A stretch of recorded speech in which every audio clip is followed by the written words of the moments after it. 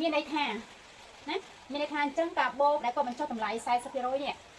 មានន័យថាគាត់លក់ក្នុងតម្លៃ60%មានន័យថាអញ្ចឹងនេះបន្ទាប់ពីដែលគាត់ចុះអស់40%មានន័យថាគាត់លក់ក្នុងតម្លៃ60%ទេចឹងអញ្ចឹងយើងយក60%ចាគុណជាមួយនឹងតម្លៃដើមចា95000រៀលជំរាបសួរពុកម៉ែបងប្អូនទាំងអស់គ្នាថ្ងៃនេះខ្ញុំនឹងបង្ហាញអំពីរបៀបដោះស្រាយចំណោទចាសូមទស្សនាទាំងអស់គ្នា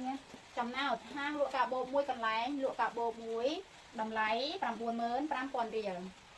រួចមកគាត់បានបញ្ចុះតម្លៃ40%តើគេលក់កាបូបនោះ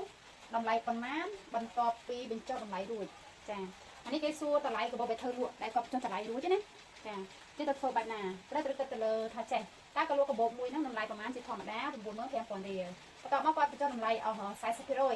អញ្ចឹងគេអាចបានសួរថាគាត់បញ្ចុះតម្លៃអស់ប្រហែលនេះតើអស់តម្លៃប្រហែលមើលនេះអញ្ចឹងណាគេបានសួរអញ្ចឹងគេសួរតែកាបូបហ្នឹងគេលក់ក្នុងតម្លៃប្រហែលតែម្ដងណាបន្ទាប់ពីបញ្ចុះតម្លៃរួចអញ្ចឹងត្រូវធ្វើបែបនេះមានន័យថាណាមានន័យថាអញ្ចឹងកាបូបដែលគាត់បញ្ចុះតម្លៃ40%នេះមានន័យថាគាត់លក់ក្នុងតម្លៃ60%មានន័យថាអញ្ចឹងណាបន្ទាប់ពីដែលគាត់ចុះអស់40%មានន័យថាគាត់លក់ក្នុងតម្លៃ60%ទេអញ្ចឹងយើងយក60%ចាគុណជាមួយនឹងតម្លៃដើមចា95000រៀលចាទៅធ្វើបែបនេះទៅនឹងរកឃើញកាបូបដែលត្រូវលក់នៅក្នុងតម្លៃប៉ុន្មានដែលបញ្ចុះរួចដែលបញ្ចុះ40%រួចទេណាចា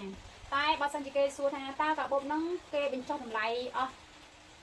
ប៉ុន្មានរៀលអាហ្នឹងបានយើងមើលថាតើតង40%ណាប៉ុន្តែអានេះគេសួរថាបញ្ចុះតម្លៃរួចហើយអញ្ចឹងបញ្ចុះតម្លៃរួចមានន័យថាយើងយកអា60%យើងត្រូវលក់ណាគឺមានន័យថាគាត់ត្រូវលក់60%បន្ត60%នៃតម្លៃដើមអញ្ចឹងណាអញ្ចឹង60%នៃតម្លៃដើមគឺមានន័យថាយក60%គុណនឹងតម្លៃដើមមកគឺតម្លៃតែម្ដងអញ្ចឹងយើងសរសេរជាភាគរយមកចា60លើ100ចាគុណជាមួយនឹង95000រៀលចា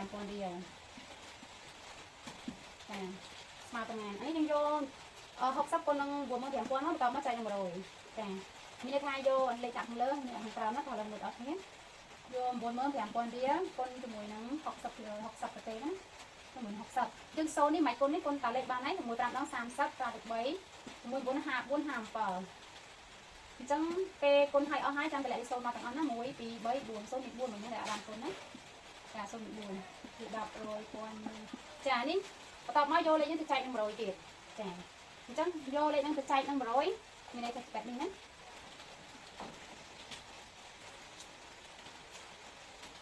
ចា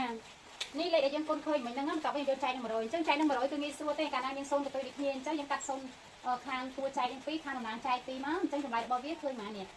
រាយ10 100 1000 10000អញ្ចឹង57000រៀលអញ្ចឹងចម្លើយរបស់វាឃើញ57000រៀលអញ្ចឹងកាបូបដែលត្រូវលក់ណាត្រូវលក់គឺតម្លៃ57000រៀលចានេះគឺជាកាបូបដែលត្រូវលក់បន្ទាប់ពីបញ្ចុះតម្លៃ40%ចា